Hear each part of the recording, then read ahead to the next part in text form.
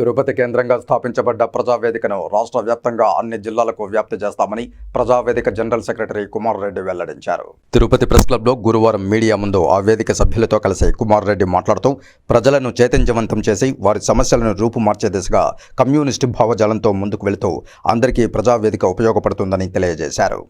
చేతి వృత్తుల సమన్వయ కమిటీ అనే పేరుతో ఒక నేషనల్ ప్లాట్ఫామ్లో పనిచేస్తున్నాడు.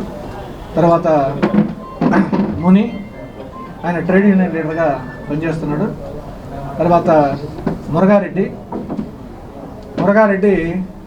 సమాచార హక్కుల వేదిక అనే వేదికను ఏర్పాటు చేసుకొని పనిచేస్తున్నాడు. అదే కాకుండా ఇంకా కొన్ని ట్రేడ్ యూనియన్లని నడుపుతున్న పరిస్థితి ఉంది.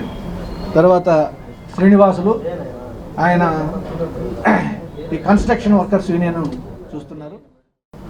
ఒంటరిగా కాకుండా అనేక సంఘాలు అనేక రంగాలలో పనిచేస్తున్నటువంటి నాయకత్వం అంతా కూడా ఒకే ప్లాట్ఫామ్ పైన ఉండి ఆ కార్యక్రమాలన్నిటినీ సమన్వయం చేసుకొని మరింత మందికి తోడ్పాటు అందించే విధంగా లేదా చైతన్యం చేసే విధంగా లేదా వారికి ప్రత్యక్షంగా పరోక్షంగా సహకరించే విధంగా చేయాలనేటువంటి ఉద్దేశంతో ఈ ప్రజావేదికగా ప్లాట్ఫామ్ని ఏర్పాటు చేయడం జరిగింది.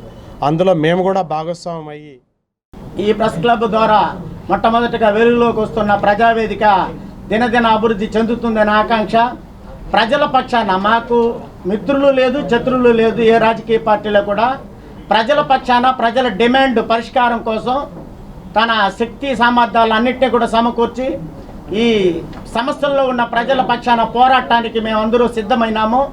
ఇది భవిష్యత్తులో మరింత పునరావృతం పెద్ద ఎత్తున ఉద్యమాలు జరగాలి. ఈ ప్రెస్ క్లబ్ ద్వారా నేను కొన్ని చిన్న విన్నపం చేయాలనుకున్నా.